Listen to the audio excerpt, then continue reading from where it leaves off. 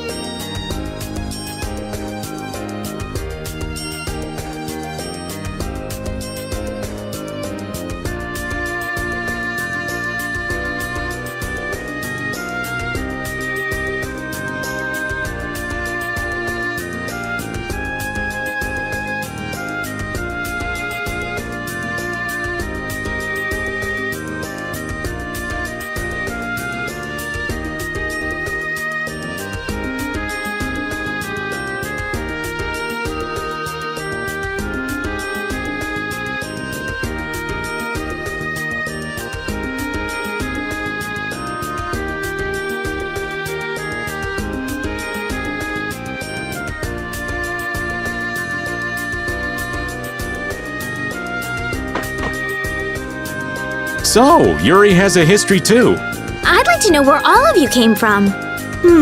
Where should I start? We already know what you're gonna say, you big wuss. Fine. Rita, then how about you? I've done research in Aspia for a while. Geez, big shocker there. What about you, Judith? Me? I lived in the town before I met Bowel. Everybody called me a prim and proper little girl. You didn't. Estelle, you grew up in the castle, right? Yes, I spent all of my time in the castle reading books. I'm so jealous of all of you. See? No surprises, just like Rita's story. Doesn't anyone want to ask old Raven? I might have some interesting tales to tell. In your case, old man, I think I've got a pretty good idea what you'd say. My past might spin you for a loop and have you falling head over heels for me. You don't know. I can't say you've established a lot of credibility so far as stories are concerned, old man. Don't be so cold. Come on, let me tell my story.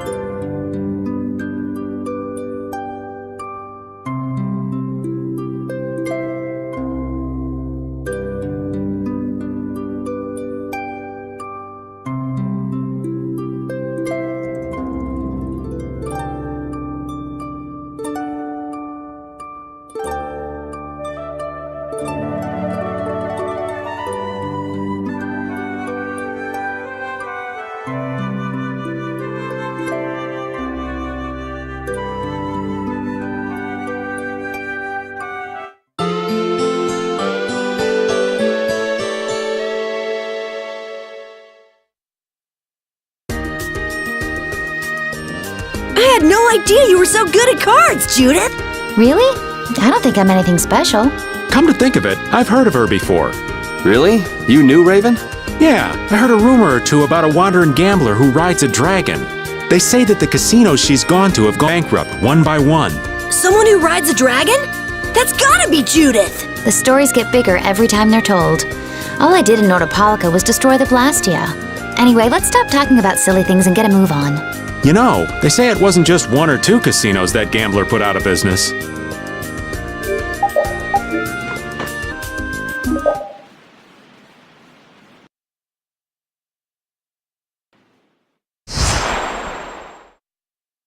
When faced with a daunting foe, they often betray their comrades and save themselves. They gain more power than they need, and grow overconfident once they have it. This had been my understanding of human nature. Humans are quite interesting. They become distrustful once betrayed. Moment they may slander a friend, and the next be moved to feelings of love. Their hearts may grow more compassionate, or be lost to depravity. Truly puzzling creatures. All of that makes them dangerous. How long until they are drowned by their thirst for power? How long until they betray all those dear to them in their struggle for supremacy? When they stand before a mighty enemy, will they keep their resolve? Do you not believe in them, Sylph? I wished only to convey the delicacy of the situation. Should they ever become too great a nuisance, we need only burn them to the ground. It seems that the conversion to spirit form has not tempered our leader's fiery wrath.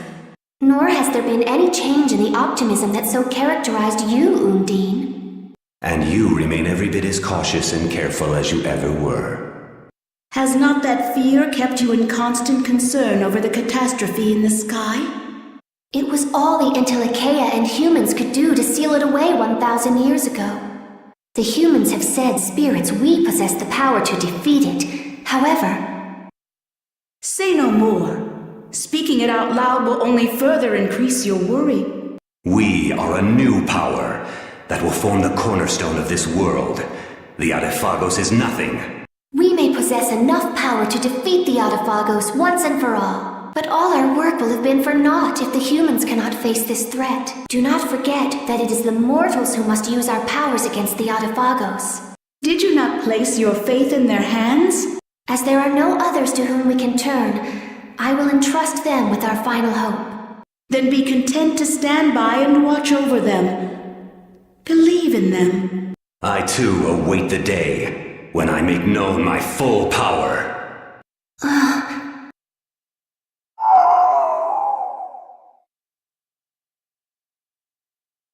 Speak, Gnome, if you have something we should know. He says we are left to make one of two choices. Perish along with this world, or entrust our powers to the humans.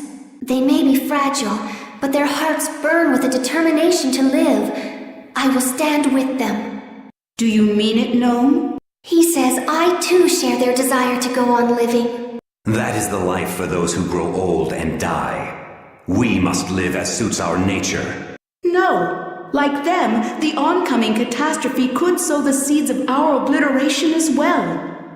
Gnome, let us too struggle for as long as we can, as the humans do.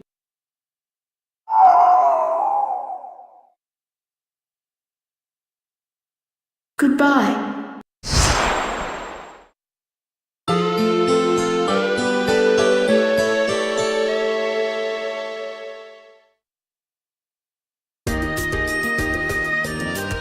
Rita, you were resisting at first, but you really got into the act, didn't you? No, you were just taking your part so seriously. I had no choice but to follow along. Your costume was pretty cute, too. What a nice treat for all of us. Hey! Your acting was really on point, Carol. Well, I used to be in the Actors Guild after all. You've been in all sorts of guilds, kid. Anyway, that wasn't even acting. I'd like to act in another play with everyone else someday. No way! Never again! Me neither! I don't want Rita to set me on fire again! I'd like to be in the play next time. I'd have to be the lead, of course. I had my doubts, but it looks like everyone had a good time.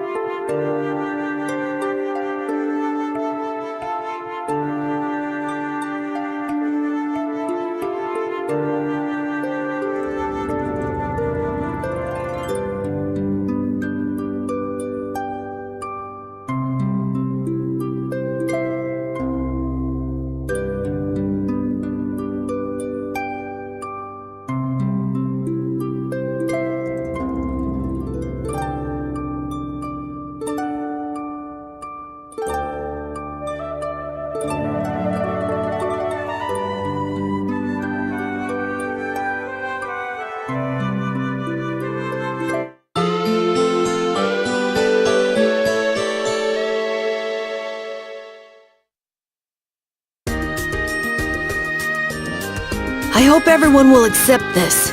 I mean, that the world is changing. There's a difference between understanding something and accepting something. It'll take time.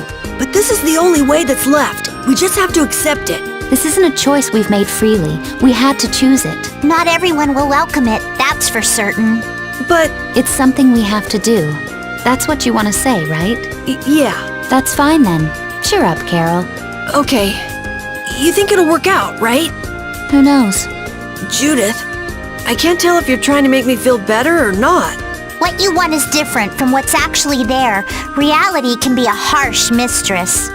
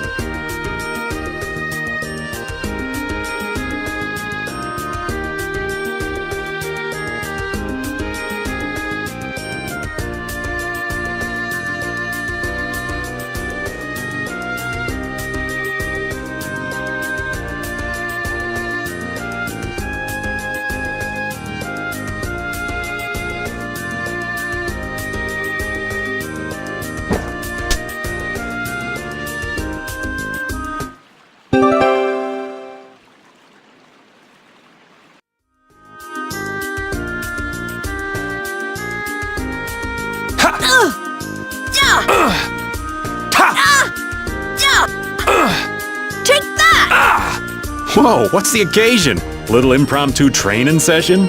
While I think about fighting Duke, I know I gotta be as strong as I can! I like your spirit. I expect that from Carol, but Yuri brings a twinkle to this old man's eyes to see you training. On second thought, let's call it a day. What? We were just getting started! Never fear! I think I can teach you a thing or two. You can thank me later. You're volunteering to help, Raven? You're gonna jinx him. Now, don't be like that. There's no beating an old man once he finds his stride, you know? Would you spar with me as well, Raven? Hey, well, if you both want to, I can't say no. It'll take more than luck to beat Duke after all. All right, Carol, no mercy? Right. No mercy! Fight!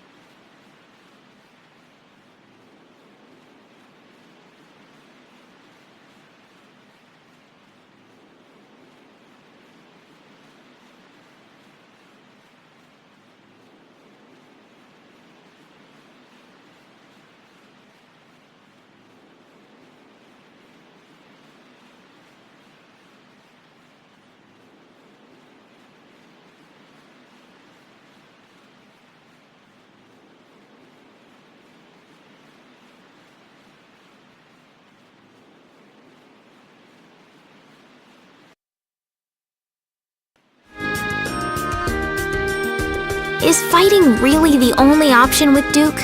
Well, if he's in Tarkaron, then I think we'll have to. My mind's already made up.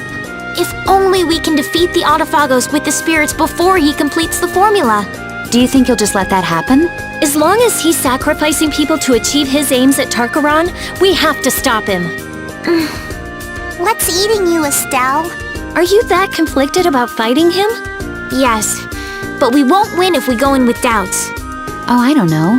If doubting is part of your nature, you should trust that nature in battle. What? Well said, Judith. Maybe that's the right approach. We're not your typical band of heroes, after all. You do what you can. You take the hits, but you don't lose. Sound about right? I think that the more you fret, the brighter you'll shine, Estelle. You're all so... Thank you.